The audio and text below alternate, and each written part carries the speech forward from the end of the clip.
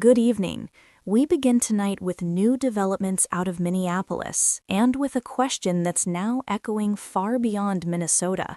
How divided is America right now, and how dangerous is that divide becoming?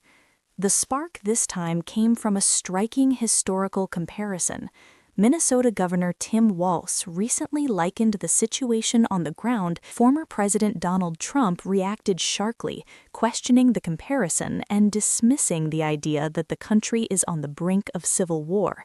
Instead, he argued that the real issue isn't history, it's law and order. In his response, Trump returned to themes that have defined his political message for years: crime, borders, and public safety. He claimed that millions of people entered the country under what he described as weak border policies, and that violent crime followed. He spoke about murder rates, about criminals coming from other countries, and about what he called a system that was out of control. Supporters say he's telling hard truths.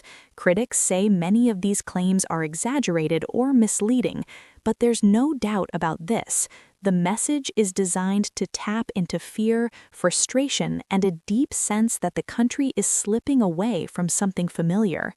Trump also pointed to his time in office, arguing that a tough approach using federal forces, the National Guard, and aggressive enforcement made cities safer, especially Washington, D.C.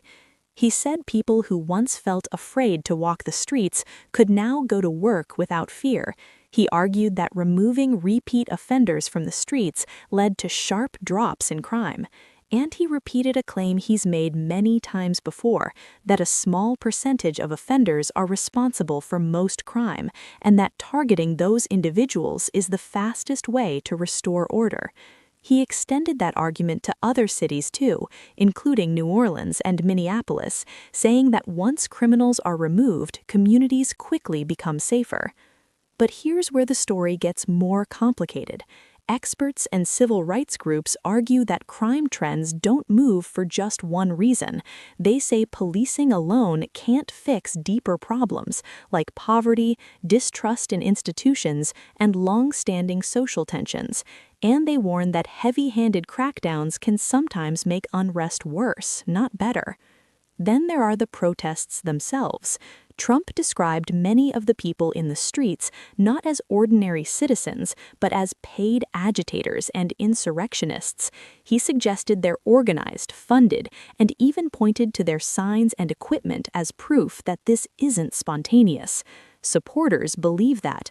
Opponents say there's little evidence and argue that most protesters are locals, angry, scared, or exhausted, demanding change, accountability, and reform.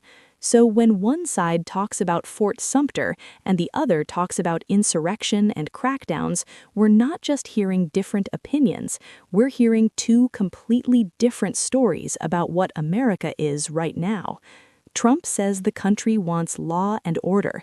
He argues there's a silent majority that doesn't protest, doesn't riot, but just wants safe streets, stable cities, and a government that enforces the rules.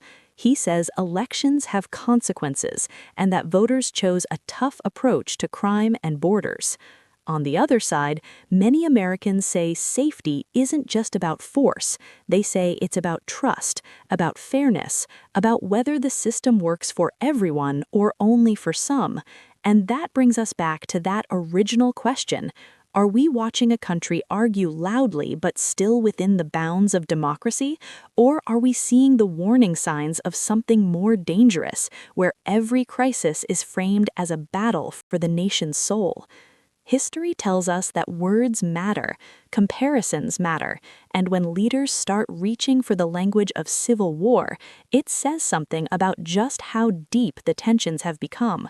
For now, Minneapolis is once again a symbol, not just of unrest in one city, but of a nation still struggling to agree on what the real problem is and what the real solution should be.